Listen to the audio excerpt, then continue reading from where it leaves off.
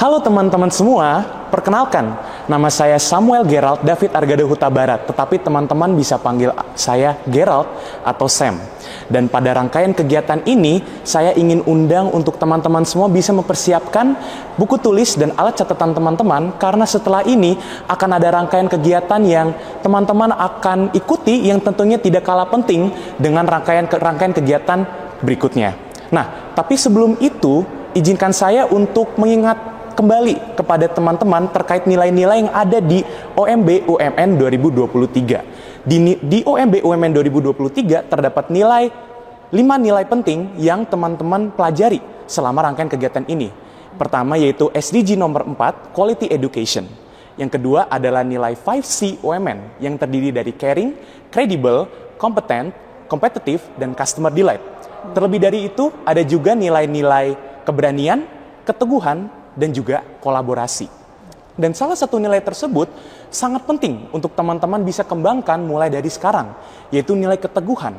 Karena nilai tersebut sangat berkorelasi dengan topik seminar pada hari ini yang berjudul Anti Narkoba dan Pergaulan Bebas di Era Digitalisasi. Ngomong-ngomong soal era digitalisasi, tentunya pada hari ini tuh kita semua tidak terlepas dari yang namanya media sosial maupun perangkat-perangkat digital. Era digitalisasi yang sudah berkembang semakin pesat telah memberikan pengaruh yang signifikan dalam kehidupan sehari-hari. Perkembangan teknologi juga memberikan tantangan baru terkait dengan penyebaran narkoba dan pergaulan bebas melalui internet, sosial media, dan platform lainnya.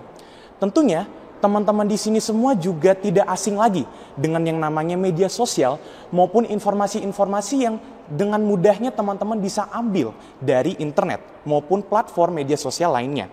Berdasarkan laporan We Are Social dan Meltware per Januari tahun 2023 dengan tajuk Digital 2023, tercatat bahwa pengguna internet di Indonesia mencapai hingga 212,9 juta pengguna atau 5% lebih tinggi dari tahun 2022. Seperti yang teman-teman sudah dengarkan, tentunya setiap tahunnya dan setiap harinya pasti semakin banyak di kalangan pemuda yang menggunakan media digital dan juga menggunakannya sebagai sarana untuk mendapatkan informasi-informasi yang baru. Dan pengaruh signifikan dari teknologi dan media sosial itu sendiri menyebabkan informasi mengenai narkoba dan pergaulan bebas semakin cepat tersebar. Tentunya teman-teman kalau ingin mendapatkan informasi yang baru atau informasi yang teman-teman penasaran bisa langsung menggunakan gawai teman-teman masing-masing, kemudian langsung dicari di platform seperti Google maupun media sosial lainnya, dan teman-teman secara instan akan langsung mendapatkan informasi tersebut. Namun hal tersebut juga tentunya tidak terlepas dari informasi-informasi yang tentunya memiliki pengaruh yang buruk bagi mental maupun bagi pemikiran kalangan pemuda hari ini.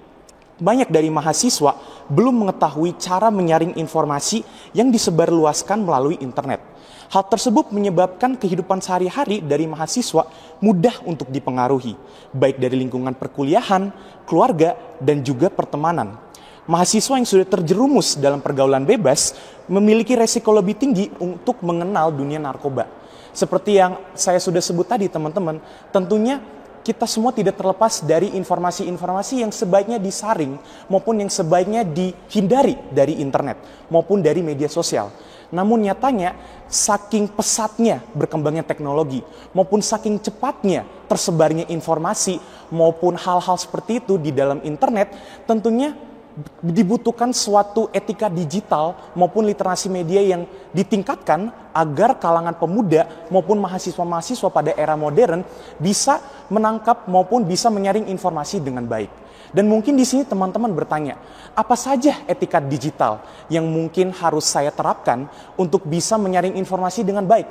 Bagaimana cara saya bisa meningkatkan literasi digital agar saya juga bisa lebih kompeten untuk bisa mendapatkan informasi-informasi yang baik dari media sosial. Bahkan mungkin teman-teman di sini juga sedikit penasaran, apa saja sih yang termasuk penyalahgunaan narkoba maupun apa saja yang termasuk dalam pergaulan bebas yang tentunya bisa diserap secara langsung maupun secara tidak langsung oleh kalangan pemuda maupun mahasiswa-mahasiswa pada era modern. Nah, tentunya hari ini saya tidak sendiri teman-teman.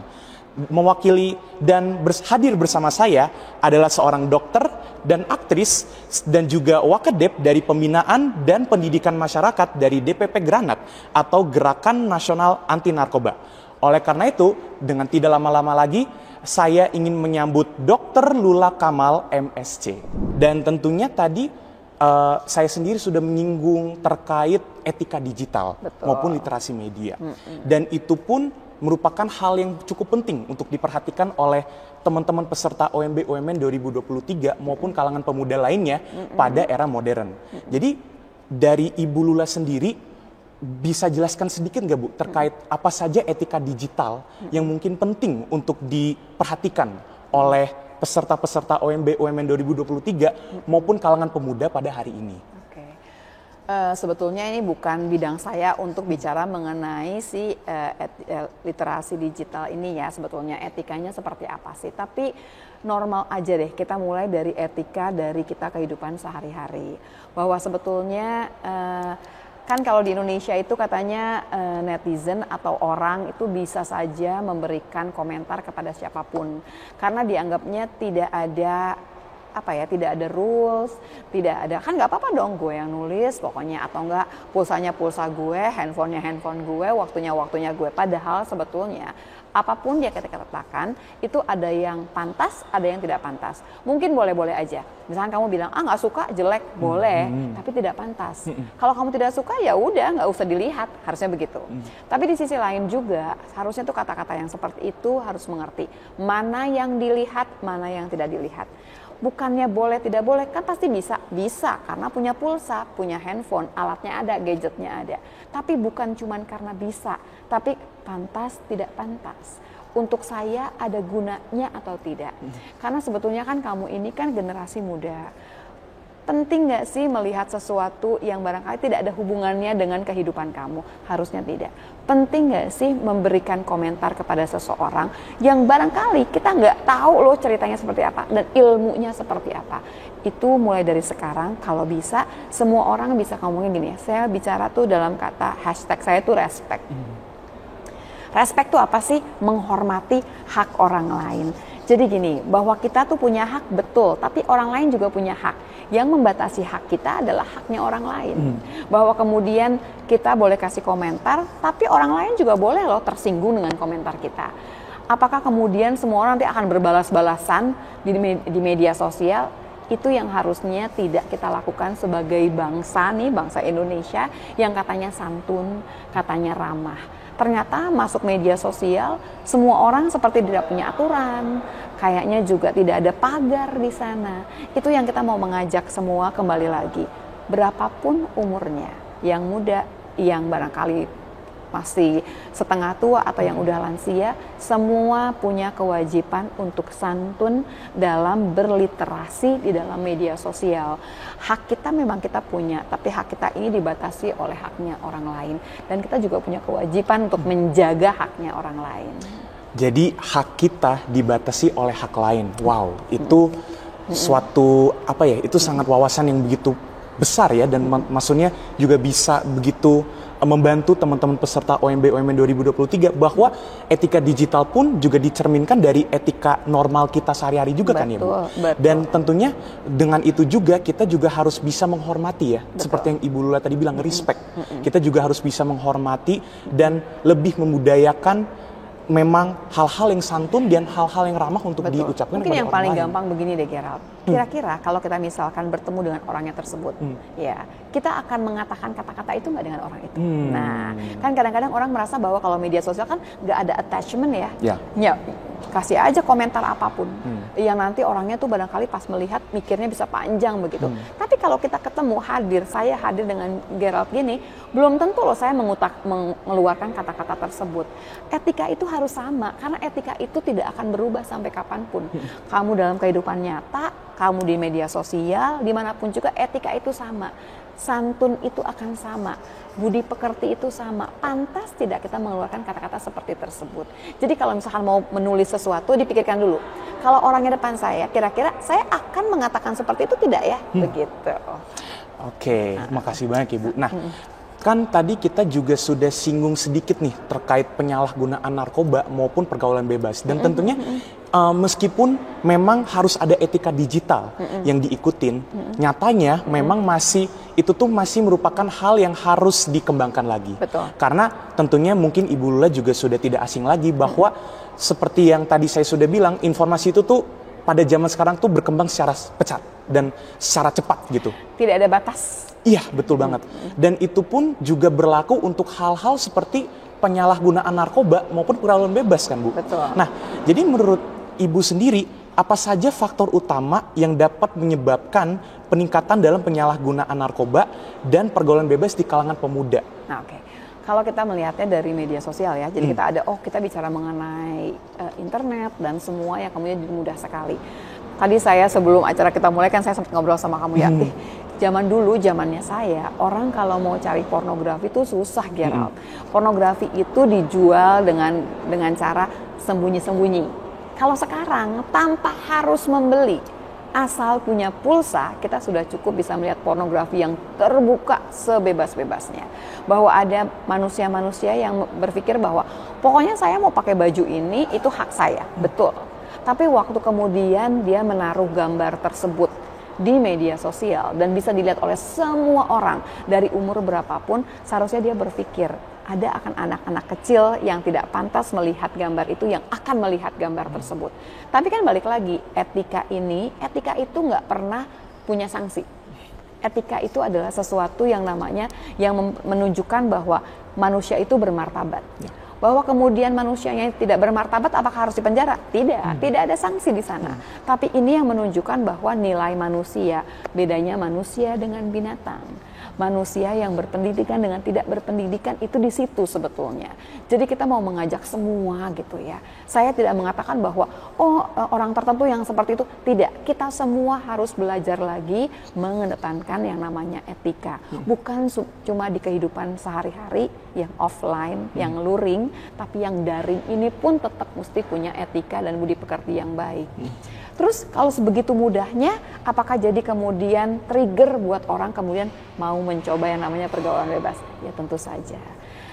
Manusia itu punya sifat seperti ini, pengen tahu, ingin tahu semua, apalagi dia belum pernah coba, terus kayaknya enak ya, nggak usah gitu deh, makanan apapun, kita kan biasanya ke bawah ya, kalau kita misalkan pergi ke restoran tertentu, kita lihat dulu, wah di medsos tuh pernah ada loh katanya, yang nge-review, terus waktu dia makan, enak banget, nah kita akan ke bawah, kayaknya enak ya gitu misalkan, kita akan ke bawah ke sana, sama, bayangin kalau pergaulan bebas yang akan men-trigger manusia-manusia ini untuk mencoba padahal belum waktunya untuk mencoba. Cerita bahwa pergaulan bebas ini banyak masalahnya, banyak dampak psikisnya dan kemudian fisiknya juga. Dan kalau buat kamu yang generasi muda nih ya, ke depan tuh masa depan kamu masih panjang. Jangan sampai dirusak saat ini. Apalagi kita punya yang namanya jejak digital. Dulu zaman saya nggak punya jejak digital. Kalau kamu bikin salah satu gitu ya, salah satu masuk koran, korannya hilang, selesai. Tapi kalau sekarang kamu bikin salah, di foto, masuk. Langsung terungkap. Bukan cuma terungkap, 20 tahun dari sekarang, 30 tahun dari sekarang, kamu tinggal ketik, misalkan Lula Kamal, keluar semua dari mulai baiknya dan busuknya, betul kan? Betul. Nah, jadi jejak digital nggak bisa dihilangkan. Terus gimana? Be aware. Kamu hidup dalam masa digital, berarti jaga etika kamu. Jangan sampai apa yang kamu kerjakan sekarang akan jadi bumerang buat kamu 30 tahun yang akan datang. Gerald ya, barangkali kamu akan jadi presiden nanti gitu ya. Calon presiden yang kamu akan melawan misalkan 3 orang lagi calon presiden lain. Dikeluarkanlah semua busuk-busuk kamu 30 tahun yang lalu. Terbayang nggak Gerald? Nah, itu akan jadi senjata untuk lawan kamu. Jadi saya selalu bilang, anak-anak, saya ngomongnya, adik-adik sekalian, kamu tuh punya masa depan yang masih panjang. Jangan sampai kamu nodai dengan hal-hal yang gak penting dalam hidup kamu. Banyak loh hal penting yang bisa kamu kerjakan. Salah satunya berkarya. Karena anak sekarang itu saya merasa bahwa mereka punya peluang yang sebesar-besarnya melawan siapapun. Dan kamu sekarang dapat peluang yang sama dengan orang yang di Amerika. Dengan orang yang di mana? Gak ada cerita, waktu karya kamu jauh lebih bagus, orang akan ke kamu. Dan nggak perlu melewati lagi panjang jalan yang harusnya dari, kan kalau dulu gini ya, dari Jakarta misalkan ke Indonesia dulu, Indonesia mesti kemana dulu. Kalau sekarang enggak, kamu terbuka, buka yang namanya daring, semua orang bisa langsung berhubungan dengan kamu. Kamu berkarya apapun bisa kamu jual kepada siapapun, dimanapun, begitu kan ya ceritanya. Itu yang harus kamu pikirkan. Jangan kemudian, ini kan pisau bermata dua ya, kamu kejar yang baik bisa, kamu kejar yang jeleknya juga bisa. Kalau bicara mengenai narkoba, penjualan narkoba lewat online itu banyak sekali caranya, dengan cara menggunakan kode, menggunakan banyaklah pokoknya ya, trik-triknya banyak. Tapi balik lagi, kalau kamu tidak membeli, kalau kamu tidak menggunakan, di hidup ini ada yang namanya hukum supply dan demand. Kalau demandnya nggak ada yang jual, buat apa? Gitu. Mau yang jual sebegitu banyaknya, semurah-murah apapun, laku nggak? Nggak laku kalau nggak ada yang demand. Nah sekarang demand itu dapatnya dari mana? Nah baru nih kita masuk ke dalam yang namanya teman, peer pressure. Kita ini bentukan kita adalah bentukan teman-teman kita. Teman kita misalkan sukanya ngumpul, misalkan nongkrong di kafe ini, kita akan ikutan nggak di kafe itu. Kita misalkan teman-teman kita biasanya jalannya ke warung ini, ya teman-teman kita biasanya ke klub mana. Nah itu jadi bagian dari kehidupan kita. Kalau kita berteman dengan orang yang menggunakan narkoba, ceritanya daring pun atau misalkan dapatnya luring, apapun juga, kita akan terbawa untuk mencoba. Kalau ngomongin narkoba itu, bisa nggak sih sekali kita pakai langsung enak? Sebetulnya enggak gitu. Tapi begitu kita pakai, nih adik-adik sekalian ya, di kepala kita terbentuklah yang namanya sel memori. Yang nanti kalau kemudian pertama kita pakai nggak enak, tapi sel memori udah terbentuk. Begitu kita pakai kedua kali, ketiga kali, sudah bisa didapatkan rasa enak tersebut. Tapi mestinya yang paling penting adalah semua dari kita harus tahu, yang enak itu kan nggak ada makan siang yang gratis kan. Nah pokoknya jadi terus gimana? Semua yang enak itu harus kita tebus dengan panjang sekali periodenya. Kalau enaknya paling 5 menit, 10 menit, kamu harus bayar dalam waktu bulanan, kadang-kadang tahunan, sesuatu yang tidak enak. Tapi kalau jualan, apalagi di online gitu ya, mereka cuma cerita bagian yang enak yang 10 menit ini.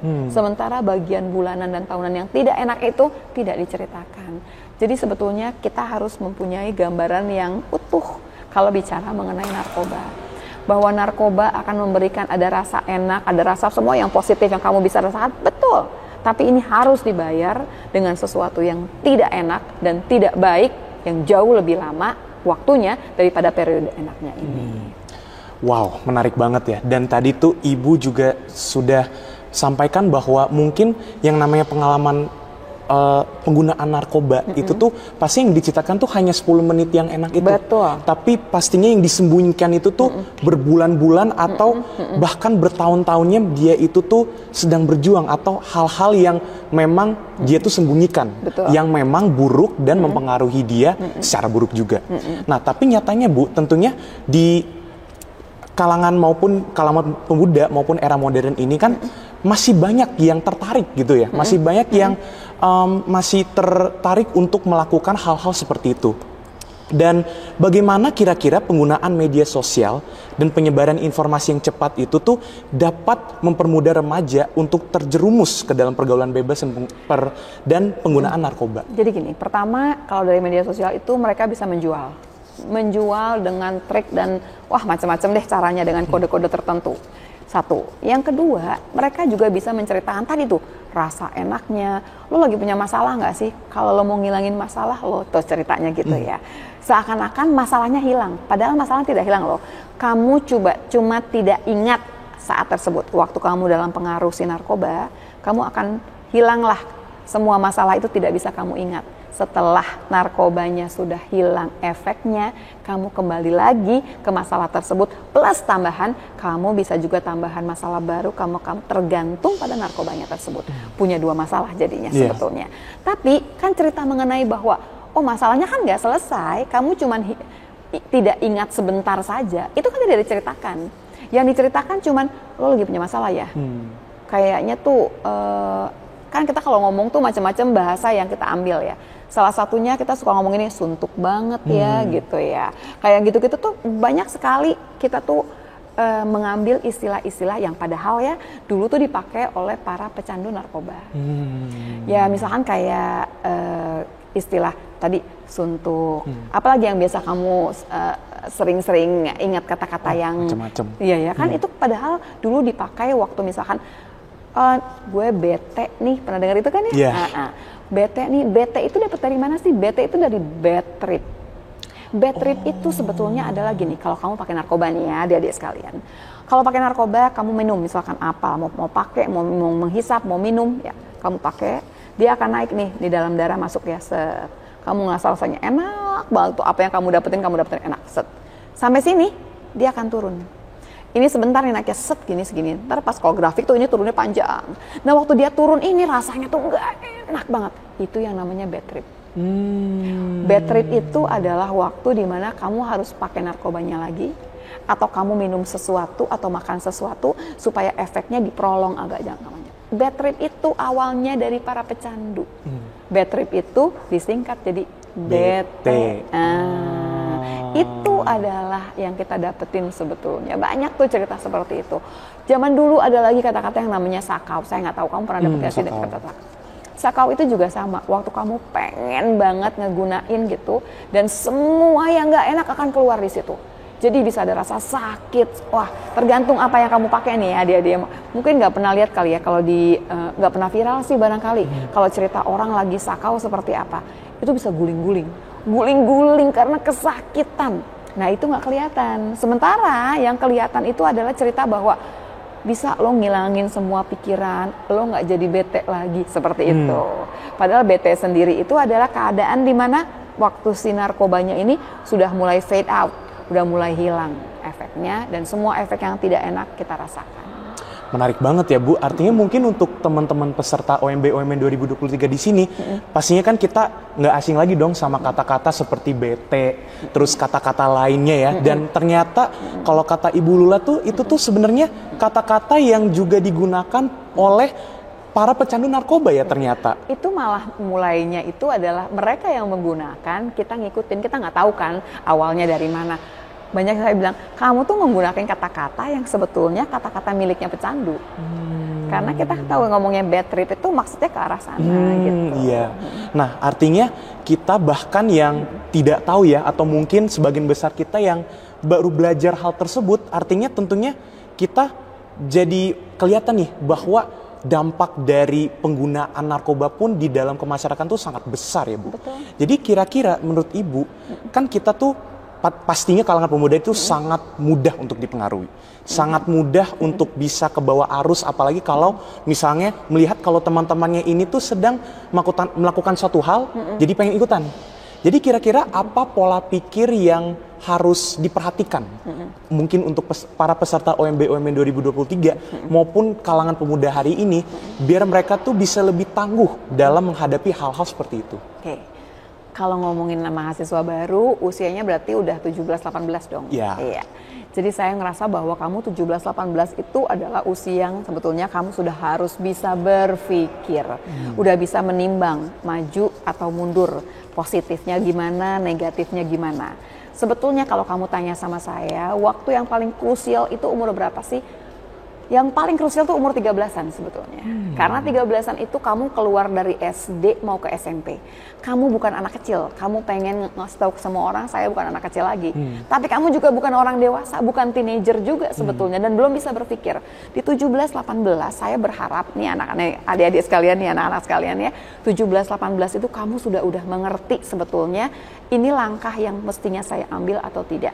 Kamu bukan umur 13 lagi. Kamu mestinya sudah tahu semua langkah yang kamu ambil ada resikonya, ada konsekuensinya.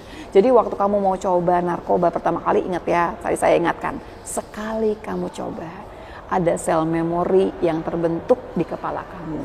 Di kepala tuh ada yang neurotransmitternya itu bisa kemudian berantakan karena kamu pakai narkoba tersebut. Sekali kamu coba, di situ udah nempel di sana. Jadi baiknya gimana? Jangan pernah coba. Kamu harus ngerti gitu sebetulnya. Jangan pernah coba. Jangan kasih satu jejak apapun di otak kamu berhubungan dengan narkoba. Kini lagi lebih jauh lagi. Dan saya merasa 17-18 itu saya anggap sudah cukup dewasa. Kalau di luar negeri itu 18 itu kamu udah dapat kunci dari rumah, ya kan? Nah sebenarnya kamu sudah dapat kunci, walaupun kalau di Indonesia itu kayaknya 18 itu masih di rumah dong sama mamahnya, sama papanya. Betul, tapi sebetulnya kamu sudah cukup dewasa untuk bisa berpikir. Beda kalau umurnya 13 tahun. Nah, waktu kamu sudah cukup dewasa, jangan salah loh, kedewasaan itu datangnya bukan cuma kebebasan, boleh gini, boleh gitu. Ternyata tambahan yang banyak lagi adalah tanggung jawab. Jadi kalau yang umur 13 itu kalau dia langkahnya salah, kita nggak akan kasih konsekuensi terlalu jauh, tapi kalau yang 17-18 konsekuensinya akan lebih jauh. Terus jadi gimana? Yuk mulai berpikir setiap langkah yang kita ambil, konsekuensinya apa ya kalau saya ambil begitu. Menarik sekali ya Bu, dan saya setuju sebenarnya karena semakin kita bertambah usia ya, semakin banyak tanggung jawab yang pastinya diberikan kepada kita. Betul. Mungkin kalau misalnya kita masih di SMP, masih di SMA gitu ya Bu, masih oh ya udah ngikutin mata pelajaran yang ada di sekolah. Ya udahlah gitu banyak ya. Begitu kamu 17, 18, 19, 20 nggak ada ya udahlah.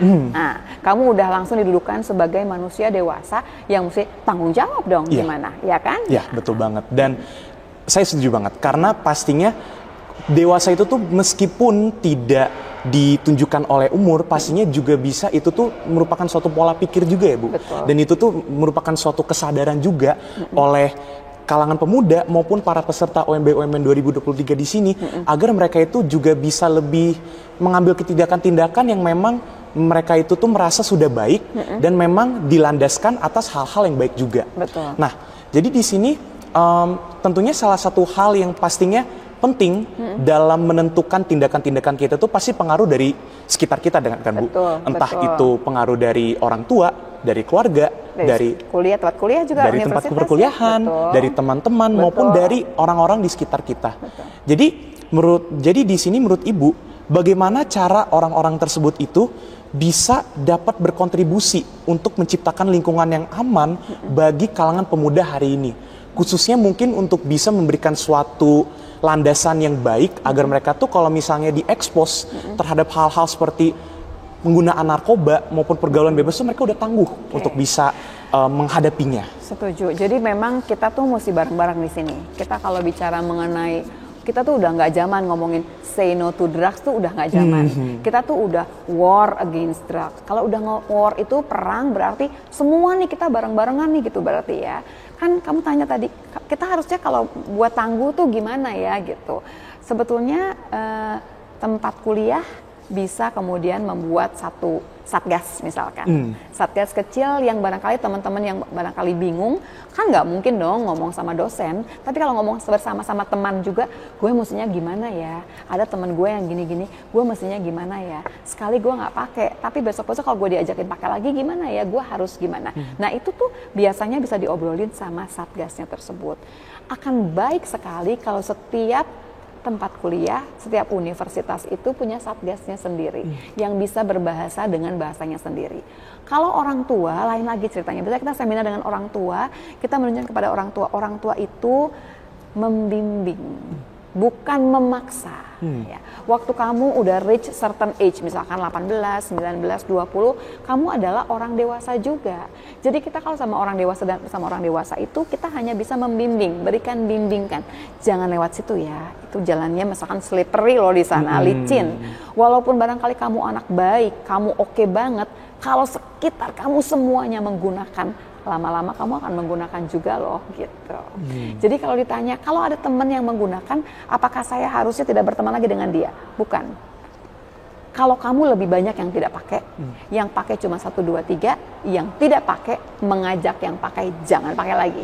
Tapi kalau kamu dalam satu lingkungan yang lebih banyak yang menggunakan, kamu yang mundur. Karena tidak mungkin kita sekuat itu gitu ya, kalau badainya tuh terlalu dahsyat. Kalau kamu masuk tsunami, pasti kamu basah juga gitu. Jadi sebaiknya mundur. Kalau memang yang pakai cuma sedikit, kita lebih banyak yang nggak pakai, kita tarik yang pakai tersebut ya. Karena nggak mungkin orang pakai tiba-tiba beli, tiba-tiba pakai, nggak mungkin. Pasti ada seseorang yang mempengaruhinya dulu sampai kemudian dia menggunakan. Wow, insightful banget. Karena tadi yang saya juga cukup setuju itu tuh kalau misalnya kita sudah melihat nih, kalau circle pertemanan kita gitu ya, mereka tuh sudah memang mayoritas udah melakukannya, ya kita yang mundur. Betul. Tapi kalau memang masih memungkinkan, kita juga bisa menjadi satu sosok untuk bisa menghentikan hal buruk itu. Betul. Dan tentunya itu juga bisa dikaitkan kembali dengan pemikiran yang dewasa ya Bu. Betul. Karena dari situ pun kita juga bisa mulai untuk melihat apakah ini hal yang baik untuk saya atau buruk untuk saya. Dan tentunya kalau hal baik pastinya harus diperjuangkan. Betul. Tapi kalau hal buruk ya ditinggalkan. Gitu kan. Kita nggak mungkin bisa mengubah dunia, nggak mungkin. Jadinya kita juga harus punya cara berhitung yang saya rasa mesti tepat gitu. Kalau saya sendirian masuk, semua orang menggunakan, sebaiknya saya mundur. Tidak mungkin saya mengubah semua orang. Betul banget, saya setuju banget. Nah, tapi tentunya yang tidak kalah penting ya Bu, kalau misalnya kita ngomongin terkait penggunaan narkoba maupun misalnya hal-hal buruk seperti itu, pasti ada yang namanya konseling. Betul. Konseling dalam arti kata pembantu atau bantuan yang bisa diberikan kepada mungkin kalangan pemuda atau pengguna-pengguna dari narkoba itu. Mungkin dari Ibu Lula sendiri bisa jelaskan sedikit nggak terkait apa sih pentingnya konseling dan sebenarnya ada nggak program-program penting yang mungkin bisa dicari tahu atau ditelusuri oleh para peserta OMB 2023 sekiranya diperlukan. Konseling ini adalah tempat gitu ya, kita bicara, kita namanya juga konseling. Kita ngobrol kepada seseorang waktu kita merasa bahwa masalah kita ini udah mentok banget. Mungkin dia bisa melihat dari sisi yang lain bahwa ternyata ada loh jalan keluarnya. Kadang-kadang nih adik-adik sekalian, kalau kita di dalam masalah, di dalam lingkaran, kita nggak bisa melihat dengan jelas. Sebetulnya ada celah di sana tapi kita tidak bisa melihat. Kalau tahu yang namanya rehabilitasi. Rehabilitasi itu sebetulnya adalah bentuk konseling dalam jangka waktu yang cukup panjang, di mana kita nggak usah mikirin yang lain dulu, kita dikumpulkan satu tempat yang kita hanya memikirkan masalah satu aja. Konseling kalau ngomong rehabnya narkoba, kita cuma mikirin mengenai narkoba dan pemakaian narkoba kita. Konseling panjang itu, kadang-kadang orang beranggapan yang namanya rehab itu yang penting cuma, pokoknya pas udah periksa, urinnya udah negatif.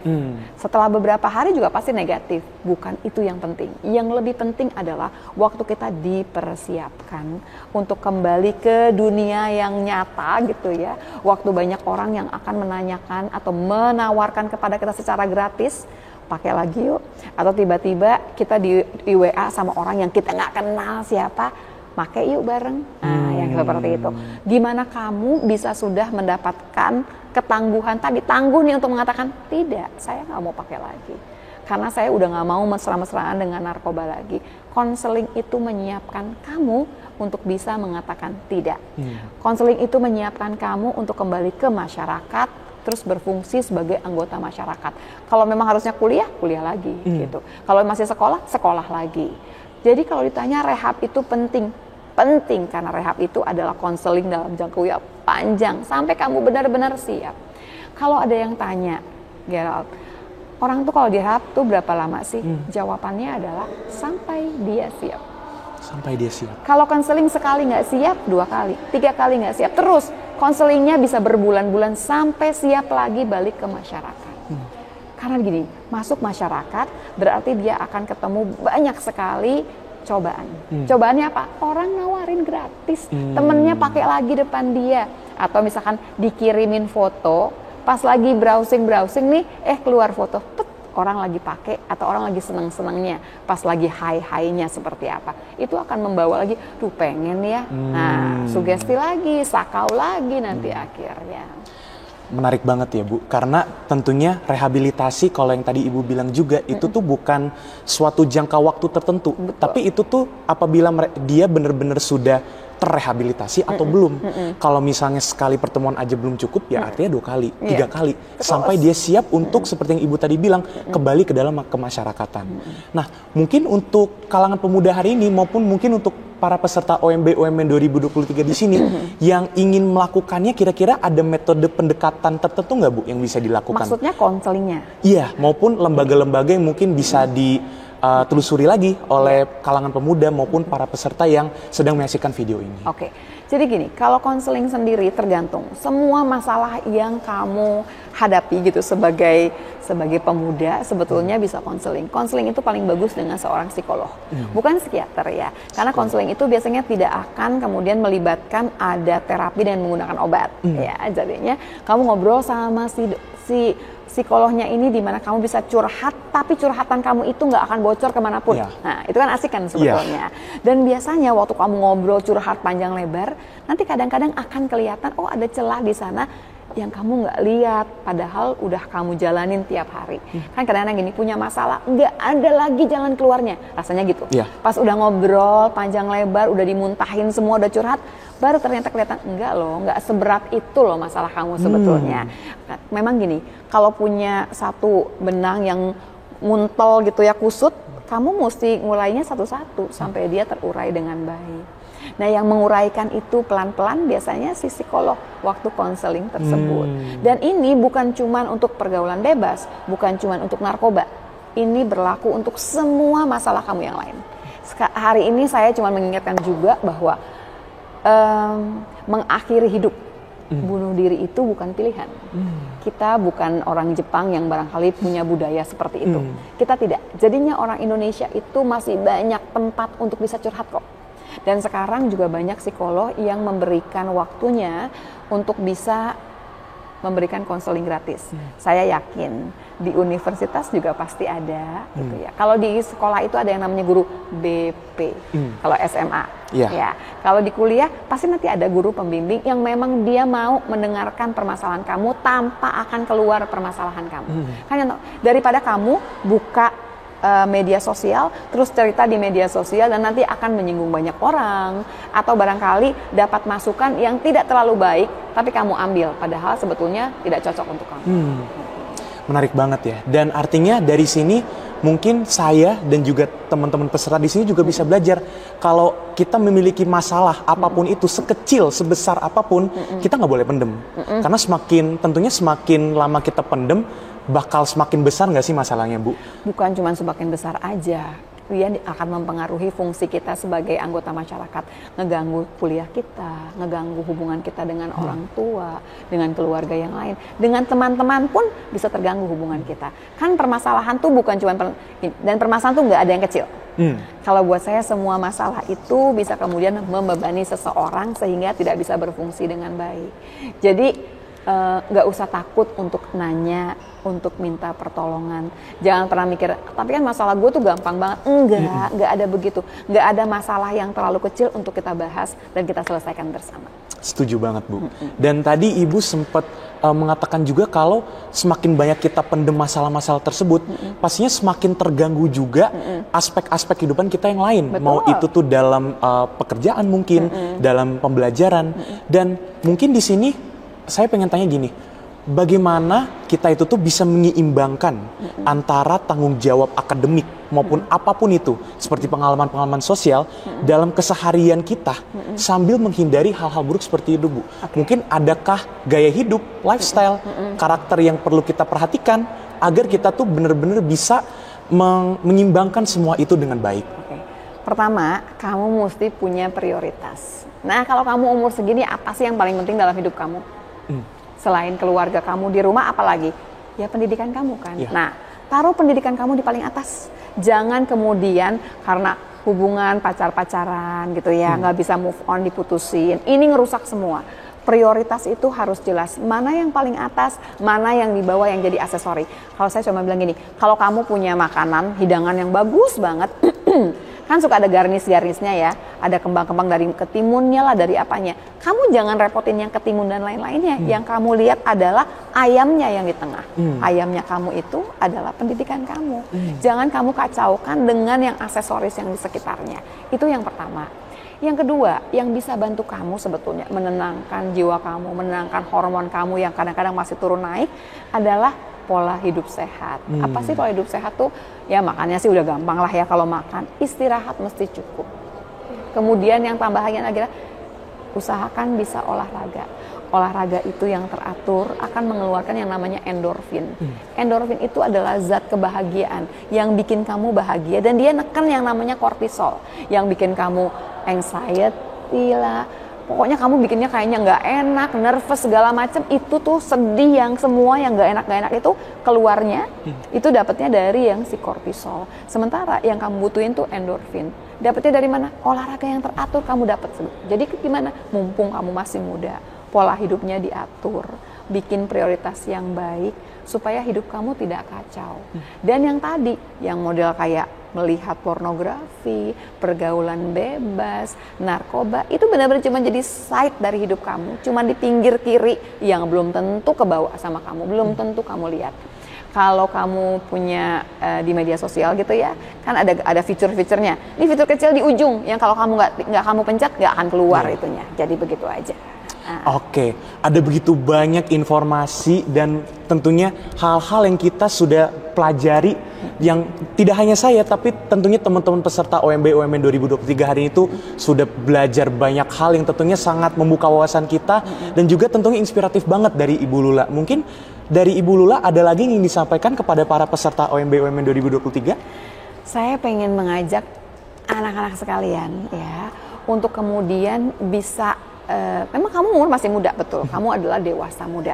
Kamu mulai belajar untuk bijaksana, memilih apa yang kamu baca, memilih apa yang kamu lihat, kamu tonton semuanya. Kalau tidak terlalu penting, sudahlah. Kalau misalkan kemudian, tapi anak semua pada lihat, oke, untuk lihat jadi informasi boleh. Tapi bukan sesuatu yang kamu masukkan ke dalam kepala kamu untuk menetap. Ya. Kemudian, kalau ada ajakan-ajakan tertentu, coba belajar untuk mengetahui semua langkah kamu, semua pilihan kamu ada konsekuensinya. Makin dewasa kamu gitu ya, makin nambah umurnya, tanggung jawab akan makin besar mengiringi pertambahan umur tersebut. Jadi setiap mau ngambil langkah, apalagi yang cukup besar, benar-benar difikirkan apa konsekuensi yang harus saya bayar dengan langkah ini. Belajar seperti itu supaya nanti kalau milih itu akan berpikir dulu untuk kemudian memilih sesuatu. Oke, dengan itu sudah begitu baik informasi yang sudah dipaparkan oleh Ibu Lula. Untuk itu saya mengucapkan terima kasih sebanyak-banyaknya untuk Ibu Lula Kamal. Dan semoga segala informasi yang diberikan oleh Ibu juga bisa bermanfaat ya untuk teman-teman dan para peserta OMB OMN 2023. Terima kasih banyak ya Bu. Sama-sama. Nah, untuk itu teman-teman, saya berharap bahwa teman-teman semua mencatat segala sesuatu yang sudah disampaikan pada seminar ini, karena tentunya sangat bermanfaat dan dapat membuka wawasan teman-teman terkait pergaulan bebas maupun penyalahgunaan narkoba pada era modern. Seperti yang tadi sudah disampaikan oleh Ibu Lula, kita sudah harus mulai untuk bersikap dan berpemikiran secara dewasa. Kita sudah harus bisa mengatur prioritas kita, mengetahui mana yang baik, mana yang salah, namun juga kita juga harus bisa berani untuk bertindak yang benar. Dan kemudian Ibu Lula juga tadi tekankan bahwa hari ini tuh udah nggak zaman lagi kalau misalnya say no to drugs. Tapi tentunya hari ini itu tuh dalam era modern juga bisa dikatakan hari ini tuh kita berperang dengan narkoba. War to drugs. Dan oleh karena itu kita juga harus memiliki pemikiran yang lebih tabah dan juga pemikiran yang lebih tangguh terkait hal-hal seperti itu. Dan tentunya kalau kita kilas balik lagi, Ibu Lula juga sudah menyinggung bahwa etika kita sehari-hari itu tuh juga dicerminkan ke dalam etika digital kita masing-masing. Cara kita berperilaku kesehari-harian itu pastinya juga bisa dicerminkan dan juga terbawa pada saat kita ingin melakukan etika maupun hal-hal tersebut secara digital.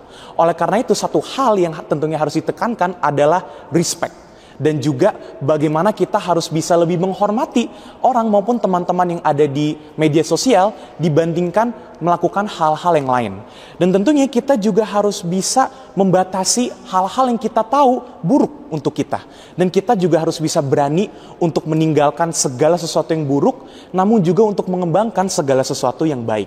Dan tentunya kita juga harus lebih sadar bahwa perilaku kita itu yang akan menentukan kita ke depannya akan kemana. Dan tentunya hal tersebut juga terpengaruhi secara berat dengan lingkungan di sekitar kita maupun teman-teman dan orang-orang di sekitar kita. Oleh karena itu, hal itu pun juga sangat penting untuk kita perhatikan agar kita bisa bertindak secara lebih dewasa maupun bertindak secara lebih baik lagi, dan kita juga memiliki pola-pola pikir yang berlandasan atas hal-hal yang baik dan tentunya bukan hal-hal yang sesat. Oleh karena itu, hal-hal seperti itu dapat menambahkan maupun juga mengembangkan integritas di dalam diri kita sendiri.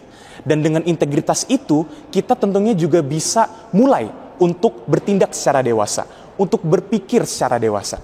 Dan tentunya dengan kita memiliki integritas dan pemikiran yang dewasa, kita juga bisa kontribusikan hal itu kepada teman-teman kita maupun kepada orang-orang di sekitar kita, sehingga terbentuk sebuah solidaritas yang kokoh dan kuat.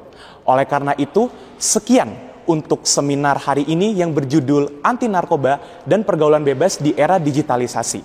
Nama saya Gerald, sekian dan terima kasih telah menyaksikan.